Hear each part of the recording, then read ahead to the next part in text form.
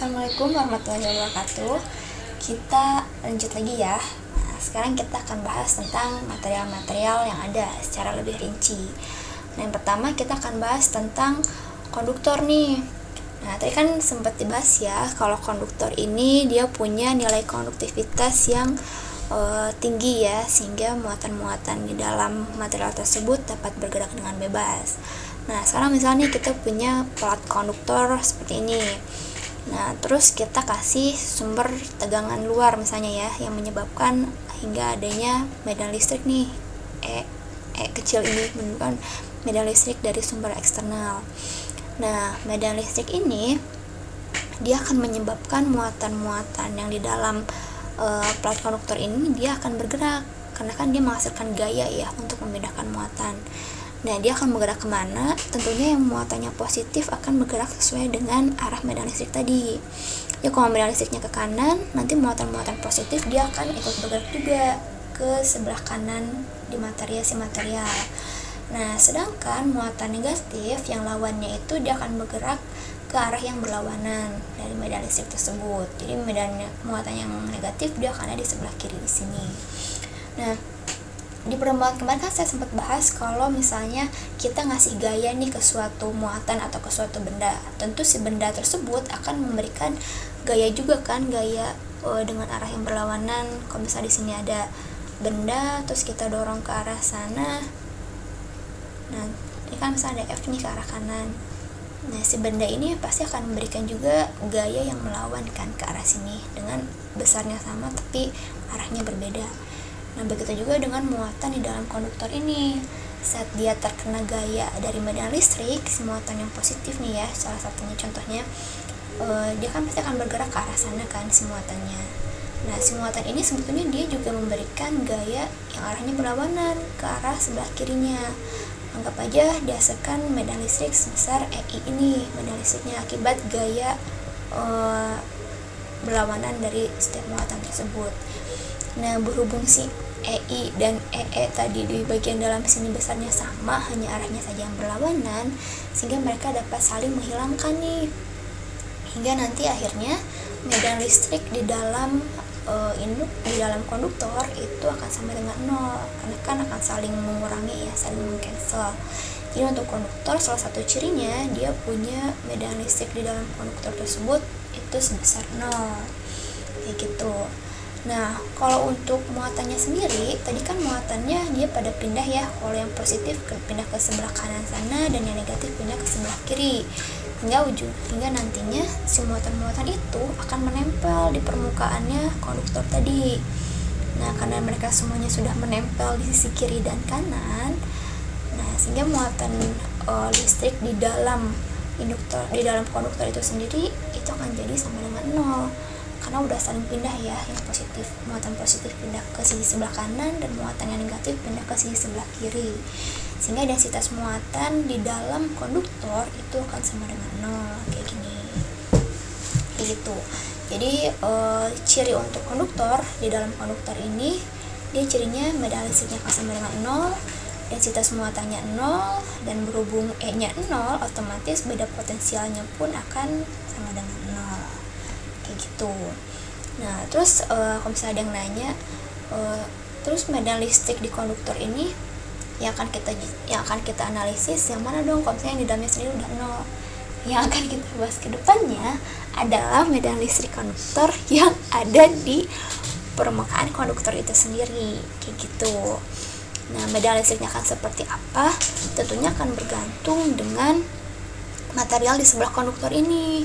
Jadi kalau misalnya di sebelah konduktor ini ada konduktor lain misalnya, ataupun ada material lain, tentu akan beda nanti medan listriknya. Nanti akan dibahas di video yang selanjutnya tentang boundary condition ya. Jadi akan kita tinjau medan listrik di permukaan konduktor itu akan seperti apa. Nah, untuk yang sekarang kita cukup tahu dulu aja kalau di dalam konduktor itu medan listriknya akan 0, densitas muatannya 0, dan beda potensialnya pun akan sama dengan 0 gitu. Nah, terus selanjutnya ada yang namanya resistansi. Mungkin udah pada tahu ya resistansi itu apa. Nah, kalau kita gambarkan dari konduktor yang tadi, nah, anggap aja konduktornya sekarang bentukannya tabung kayak gini ya. Terus kita kasih sumber tegangan nih agar menghasilkan medan listrik E yang ke arah sana ya, menghasilkan medan listrik dengan sumber dari luar ini. Nah, berhubung E nya ke sebelah sana, tadi kan sempat dibahas ya, yang dimana muatannya akan pindah sesuai dengan arah medan listrik itu adalah muatan positif, sedangkan muatan negatifnya akan bergerak ke arah yang berlawanan. Jadi di gambar ini pun kalau medan listriknya bergerak ke arah kanan, nah muatan negatifnya di dalam material tersebut dia bergeraknya akan ke arah kiri. Nah, di mana medan listrik ini terhadap si muatan yang negatif atau elektron dia dianggap sebagai gaya yang menghambat atau disebut juga sebagai resistansi. Kayak gitu. Nah, besarnya resistansi itu berapa? Seperti yang kita tahu ya, resistansi kan R itu rumusnya adalah V per I ya. Nah, untuk di kasus konduktor kita yang kita punya sekarang, anggap aja dia punya luas permukaannya S nih, sebelah sini luas permukaannya. Terus panjang konduktor ini sebesar L, dan anggap aja ada medan listrik E. Nah, nanti buat cari V-nya berapa, I-nya berapa, kita cari dari rumus medan listriknya. Kita kan tahu ya dari pertemuan kemarin, kalau kita mau cari medan potensial itu sama aja kayak integral E dot dl ya. Atau kalau misalnya E-nya ini uniform atau sama di sepanjang titik, kita bisa bikin kalau V itu sama aja kayak E dikalikan dengan L. L itu panjang si material. Jadi kalau kita mau cari E itu sama aja kayak V per L ya. Ini dapat nih dari situ. Nah, terus buat cari I-nya, kita cari dari rumus densitas arus. Densitas arus kan rumusnya adalah I per S ya. Nah, di sini. Nah, dari dua persamaan ini itu kita rubah. Jadi kan tadi di video yang sebelumnya kita tahu nih kalau densitas listrik di elektron kan di konduktor maksudnya dia sama aja kayak sigma dikalikan dengan medan listrik atau konduktivitas dikalikan dengan medan listrik. Nah, J-nya ini kita rubah dengan J yang kita dapat tadi, yaitu I per S. Terus E yang sebelah sini medan listriknya kita rubah juga dengan V per L. Nah, nanti kita akan dapat persamaan sebelah sini. Jadi ini tuh adalah J, terus yang ini adalah sigma E ya, sesuai dengan pengertian medan densitas listrik, densitas arus di konduktor, dan sebelah sini sigma V per L karena E-nya sudah diganti dengan V per L. Kayak gitu. Nah, dari persamaan ini kita cari rumus R-nya, R kan V per I ya. Berarti kita tinjaunya dua persamaan aja, yang paling kiri dan yang paling kanan. Terus kita pindah ruas nih, VI-nya pindah ke sebelah sini, terus habis itu sigma sama L-nya akan pindah ke sebelah kiri. Jadi ntar kita dapat R-nya itu akan sama dengan L per sigma S, kayak gitu. Paham ya ini dapat dari mana? Itu dia dapat dari pindah ruas antara ini I per S yang ini dengan sigma V per L. Jadi kita kalau mau cari V per I sama aja kayak ini ntar L per sigma S gitu. Nah, sekarang kalau ternyata si medan listriknya ini non uniform atau artinya di setiap titik di sini misalnya E-nya tuh beda-beda nih. Nah, nanti rumus R-nya akan beda juga. Bedanya di mana? Jadi kalau rumus R secara umumnya masih tetap V per I. Nah, tapi untuk cari V-nya kita pakai rumus yang awal, integral E dot dl. Sebetulnya di sini ada negatif ya harusnya. Nah, kalau I-nya adalah integral sigma E didotkan dengan ds. Nah, tanda negatif ini kenapa hilang? Karena ini di saat nilai arusnya itu lebih dari 0, sebetulnya sigma E dot dl ini akan kurang dari 0. Jadi yang awalnya min integral E dot dl, berhubung kita tinjaunya I-nya itu adalah arus yang masuk, berarti kan I-nya akan tandanya positif ya, atau lebih dari 0. Nah, di sini kita tahu nih saat I-nya lebih dari 0, ternyata E dot dl ini dia kurang dari 0 atau negatif. Jadi nanti tandanya akan jadi minus dikali dengan minus, kan jadi positif ya, makanya sebelah sini negatifnya hilang nih, integral E dot dl-nya kayak gitu. Nah, sekarang kita bahas tentang daya. Daya itu apa? Daya itu sama seperti pengertian yang sudah kita ya. Daya itu sama aja kayak tegangan dikalikan dengan arus gitu. Nah, kalau kita mau coba jabarkan, itu kita punya namanya hukum Joule. Hukum Joule ini dia merepresentasikan bahwa daya adalah integral dari medan listrik didotkan dengan densitas arus per satuan volume atau bidang volume yang kita tinjau. Nah, dari sini kalau misal kita anggap si E dan J-nya itu sama di setiap titik, maka kita bisa hilangkan perkalian dot ini. Jadi nanti akan perkalian skalar aja, integral E J dikalikan dengan dV. Nah, dV-nya ini berhubung dV adalah ds dikalikan dengan dl kayak gini, nanti kita bisa pisahkan dua integral. Jadi yang pertama integral E dot dl, dl maksudnya, dan yang kedua adalah integral J ds. Dimana integral E dl ini kan sama aja kayak V ya, beda potensial. Dan integral J ds sama aja kayak arus kan adalah integral J ds ya. Nanti dari sini dapat deh bahwa P itu sama dengan V kali I kayak gitu.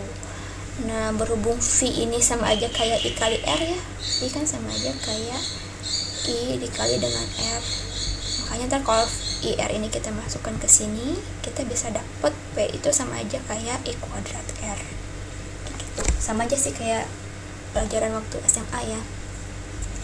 Nah, terus sekarang itu udah nih tentang konduktor. Nah, sekarang kita akan bahas tentang material semikonduktor. Kalau untuk semikonduktor, tadi kan kita tahu ya kalau nilai konduktivitas dia akan lebih kecil otomatis dibandingkan yang konduktor.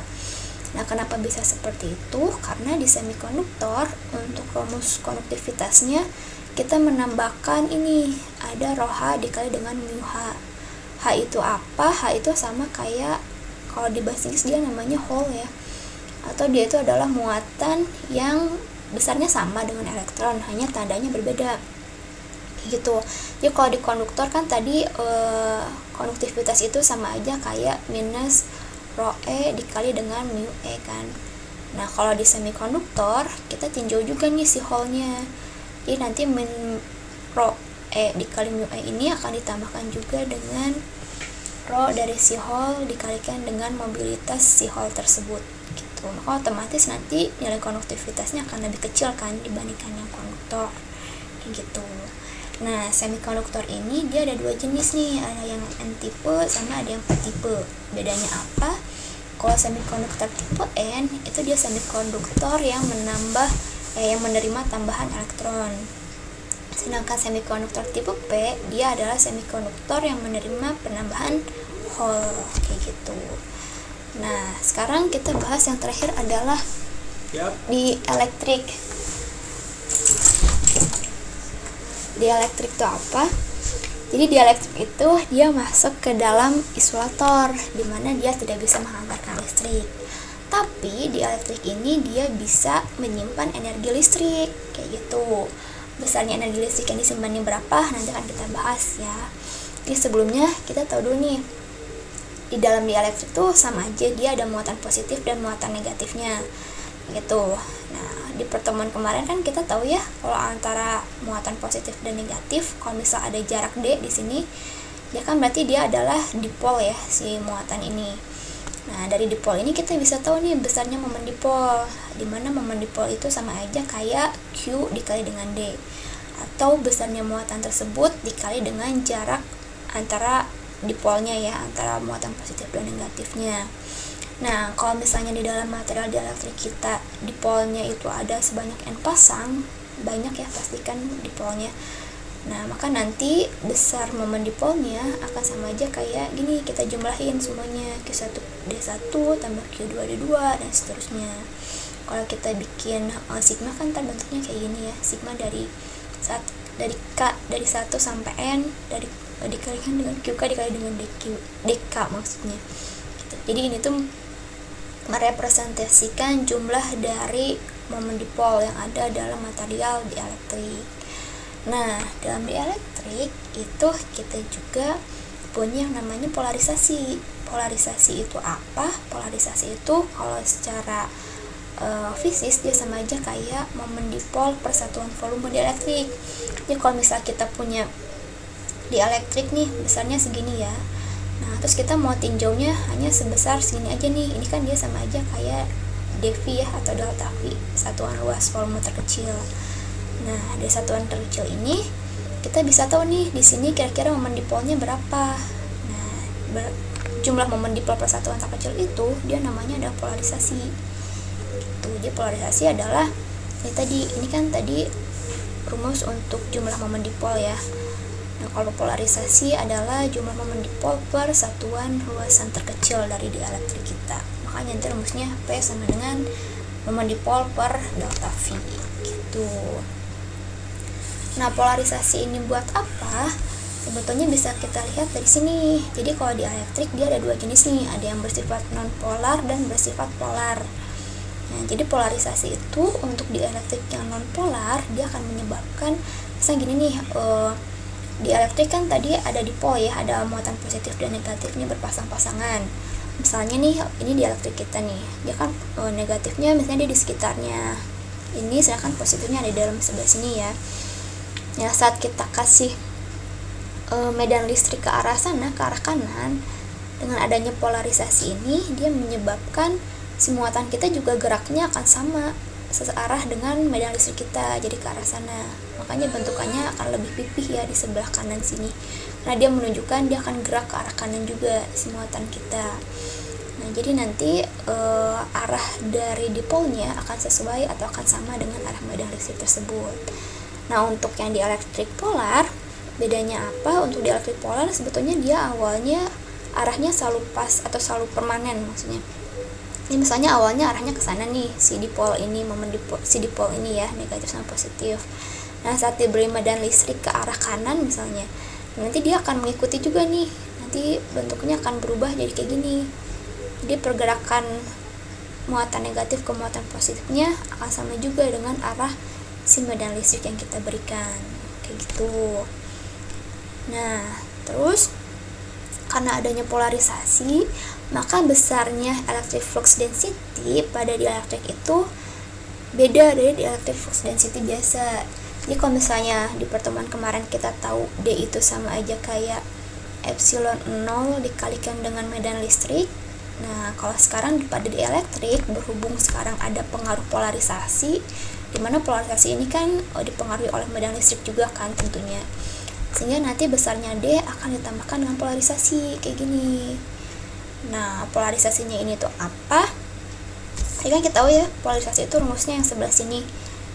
Nah, sebelah sini sendiri sebetulnya sama aja kayak ini, bisa kita rubah polarisasi sama dengan electric susceptibility dikaitkan dengan permittivity dikaitkan dengan medan listrik.